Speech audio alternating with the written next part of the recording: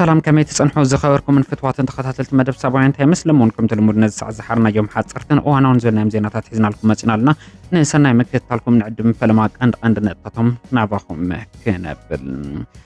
بريزيدنت جزياو من محدار تقرأي ليتنال جنرال تادسا ورد لومين أبكتم أقسم كمزاتو تقاليصلو هذا منغو مرحنة ودب حزبه ويان حارنة تقرأي ليتنال جنرال تادسا ورد دحر تستفتر كبير وتقن فلما عوان ترخيبهم قاس نقاس كمقوتو مخانم تقاليصلو ميسترو حبريتا أيو بصفحو نابخم بتنتانا خنقربوينا بخالي قاس لما أبكتم وقرب بستفت أمامت بعتي نتاقي سلسة سبات كمزي تقولو تقاليصلو زرزرو كسامعكم بركزو والوانا حبريتا زكاة تعليتهم مدلونا مسناي بيزنس زيناتاتنا مس قداي ما أخلاي مبرعات خاتيتونا بخم كقربيو حبيركم ناسنحون لايك كومنت شير سبسكرايب مبارز زنقو ببزالكم مسنا يتصنحيتم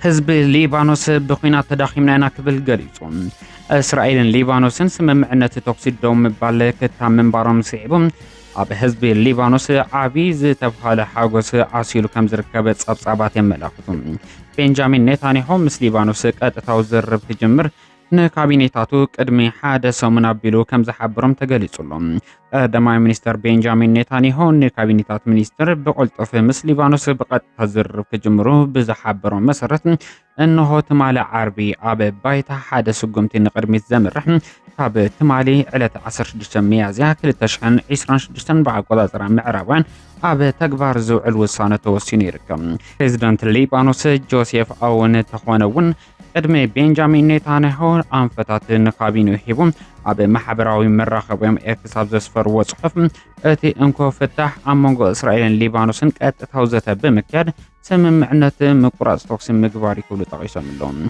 انه بدفئت محبرسب عالمين امريكان ات مسرح سممعنة مقراص توكسي كون بمقانو حزب ليبانوس حاقوسو بسعسعتن علتان كتسنبله بعل جمير اللون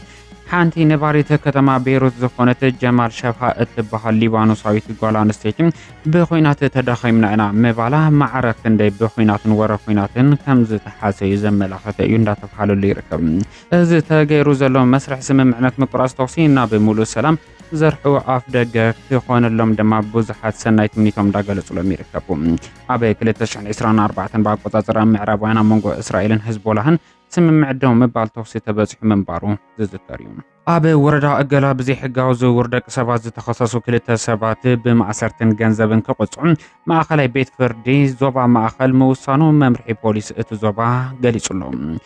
ነባርነቶም ወረዳ አገላ ጣቢያ ሰማሃል ዝኾነ ሓጎስ ወላይ ካሳን ገብረ መድህን ገብረ ዝጋብሔር መለሰ ዝተብሃሉ ክልተ ተኸሰስቲ ኣብ 2016 ዓመተ ምህረት በአቆጣጠር ገዝ ካብ ኤርትራ ንዝሰገሩ ሰለስተ ውልቀ ሰባት ተኸሰስቲ ነፍስ ወከፎም በ120,000 ብር ካብ ካሊእ ደላሊ ዓዲጎም ቀዳማይን ካልኣይን ተኸሳሲ እናተባረዩ ልዕሊ ሓደ ወርሒ ኣብ ውልቀ ገዝኦም ዓጊቶም ኣብ ደገ ዝርከቡ ኣዝማዶም ገንዘብ ክልኹ እናገደድዎም ከለው ፖሊስ ወረዳ አገላ ኣብ ዕፁብ ገዝኦም ምስተበደልቶም ኣብ ትሕቲ ቀይዲ ከም ዘእተዎም ይስተገለጸ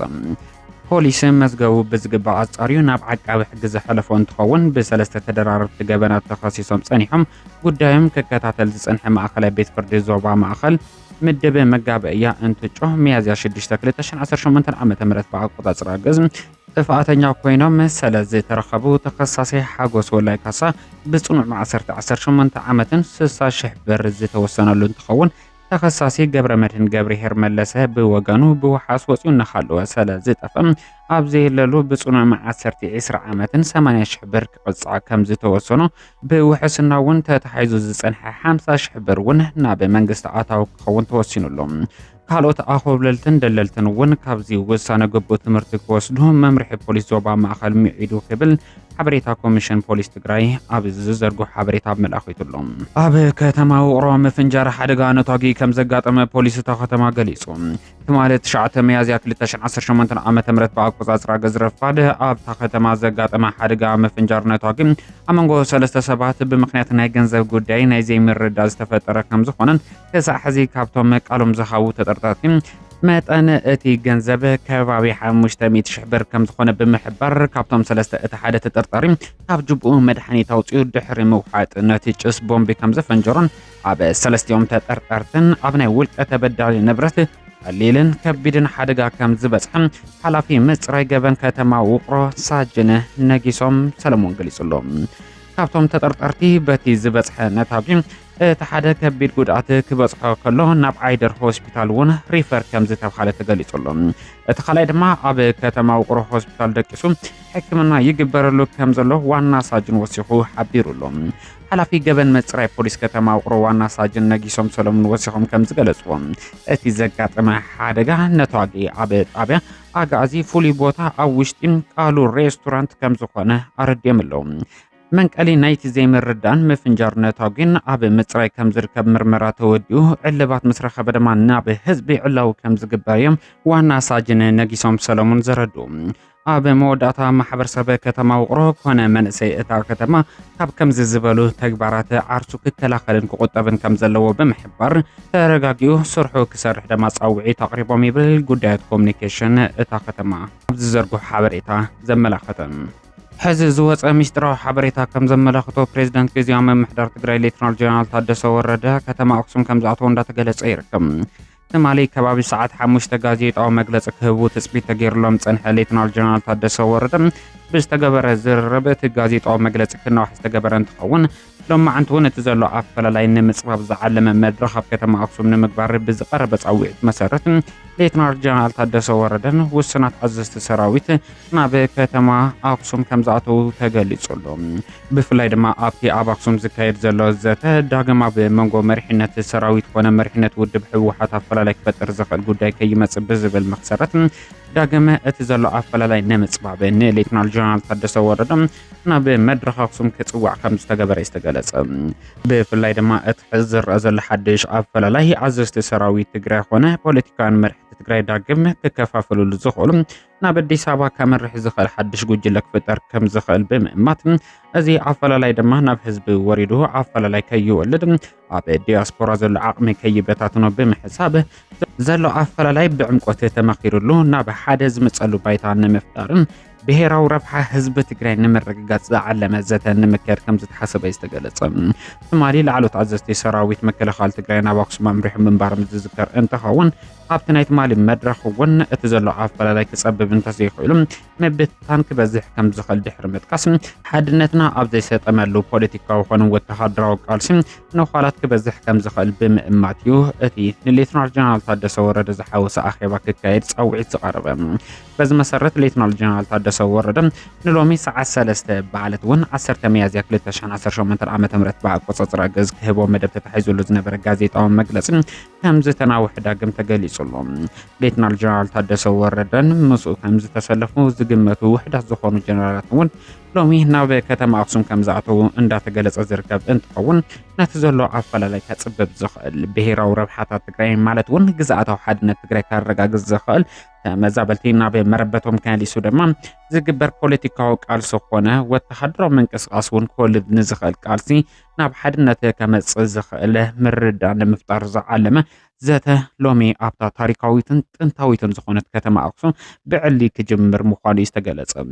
እዚ መዓልታት ክወስድ ከም ዝኽእል ዝተገመተሉ መድረኽ ናብ ሓድነት ዝመጽሉ ባይታ እንተፈጢሩ ንህዝቢ ትግራይ ብሓፈሻ ድማ ንቃልሲ ህዝቢ ትግራይ ዝለዓለ ዕድል ሒዙ ክመጽእ ተፅቢት ከም ዝግበረሉ ተገሊጹሉ። ኣብ ኣዲስ ኣበባ ዝዓረደ ጸላኢ ኣብ መንጎ መሪሕነት ትግራይ ኣፈላላይ ብምዝራእ ስልጣኑ ከናውሕ ትግራይ ከዳኽም ከም በርክኽ ዓሊሙ ዝገብሮ ዘሎ ምንቅስቃስ ንምፍሻል እውን እዚ መድረኽ እዚ ዝለዓለ ዕድል ሒዙ ክመጽእ ከም ዝኽእል ተፅቢት ይግበረሉ። ዘለዎ ኣፈላላይ ተዘራሪብካ ምፍታሕ ድማ እቲ ብሕታዊ መፍትሒ ክኸውን ከም ዝኽእል ዝእምቱ ብርክት ዝበሉ ተንተንቲ ፖለቲካ እቲ ንሌተናል ጀነራል ታደሰ ወረደ ሓዋዊፍና ንማኸር ዝብል ሓድሽ ሓሳብ ዝለዓለ ውፅኢታዊ ዝኾነ ረብሓ ሒዙ ክመጽእ ተፅቢት ከም ዝግበረሉ እንዳተገለጸ ይርከብ። ሌተናል ጀነራል ታደሰ ወረደ ናብ ከተማ ኣክሱም ምእታዎም ወይ ከዓ ኣብቲ ዘተ ምስታፎም ንትግራይ ተረባሕ ደይገብራ ወይ ከዓ ቀልውላው ትግራይ ያናውሑ ኣብ ኮሜንት ከም ትልሙድ ሃናፂ ብዝኾነ መንገዲ ክትጽሕፉልና ብትሕትና ንሓትትም።